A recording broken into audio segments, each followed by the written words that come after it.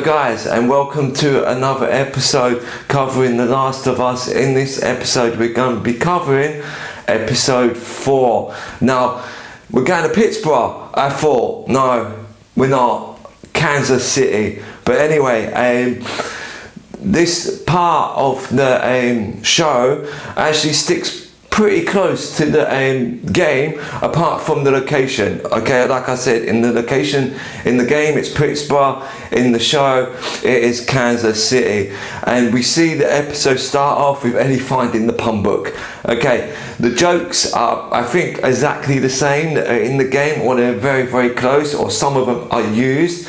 But this is a great way to show the development of Joel and Ellie's relationship, and we start seeing them bond more.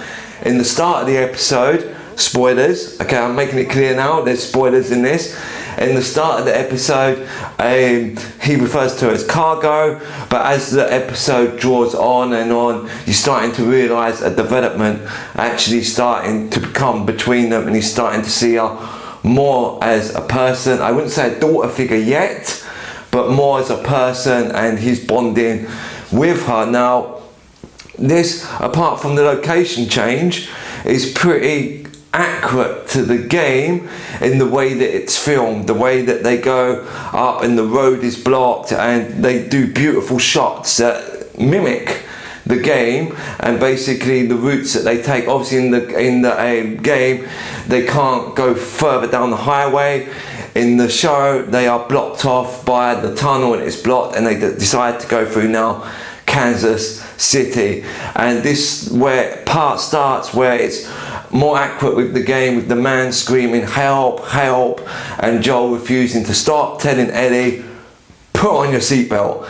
And this is when Ellie starts realizing that Joel's probably done something like this before, and we know they get ambushed, they crash into a laundrette, exactly the same in the game, and you have a little fight in the laundrette. I don't think we tell Ellie to hide, but in the show they tell Ellie to hide, and then Joel proceeds to really brutally and really coolly kill them in the game.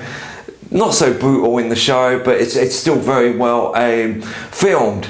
Now basically they've kind of brought in a new group for these 2 episodes. In that game there was no leader. We never had no moments of interaction with them. We just knew that they were basically wanted what Joel and Ellie had, which is any zombie outbreak. The more you have, the more the people want it, and they will take it. So basically, in the game, it doesn't end up with Ellie shooting someone and that person begging for their life. You just escape the laundrette and you get away from the group. But in the show they decided to add more depth, which I absolutely agree with. Adding a leader figure, I can't remember her name, is the right thing to do, because we need more information of what's going on in the shows. But we learn about Sam and Henry. Now in the game it's not too clear why they're hiding from the group, apart from they're being attacked, but there seems to be a deeper connection, and the group are actually looking for them as if they were part of the group at some point. Now in the show it shows you like the bad group. I'm going to say the bad group, the survivors, because they're not bad. There's a clear scene with Ellie and Joel when they're making their way to the building and up the stairs, and Ellie asks him about the ambush, and Joel says he's been on both sides, and she asks, have you killed innocent people, and Joel refuses to ask. This tells you that Joel is a survivor. They are all survivors. There is no good, there is no bad, until later David, we're not getting into spoilers, but they are just surviving in this outbreak world. Now I like the fact that this episode concentrated more on the bond between Joel and Ellie.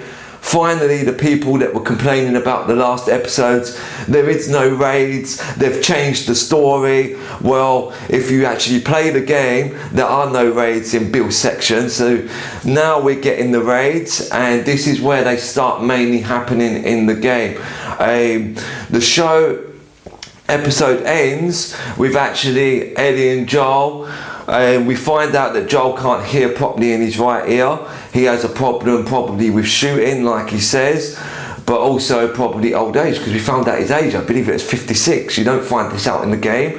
I think in the game they worked it out through just how the story's told that he was 51, but then the show ends on not really a cliffhanger if you play the game, with him meeting Sam and Henry. Now, I'm not going to go on about the next episode, how I think that will play out. I have a good idea, but I don't want to spoil that part. So if you're here now, I know that you don't mind spoilers.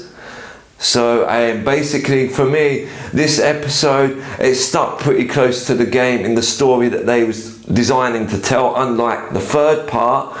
But I don't really want to give it less, because it was a great episode, but I would rate this episode probably a 9.5, a 9.6 on character development.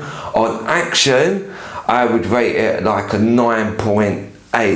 The action was very well filmed, choreography, how it's done is great. I'm looking forward. I have an idea, I know what's beneath that ground, and anyone of the show that's read into this, they've said that there are 4 infected, that cordyceps that they are introducing. We've had the runners, the stalkers, the clickers, and we all know what comes next if you play the game.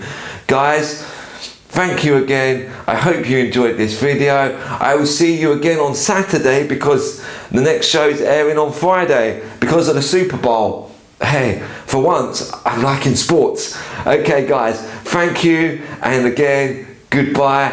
Have a great week. I see you on Saturday, and then I'll see you on Sunday. Hopefully I'll get time to do the late live review.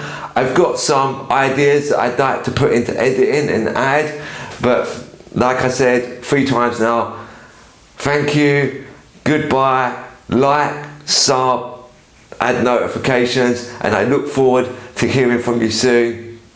Take care.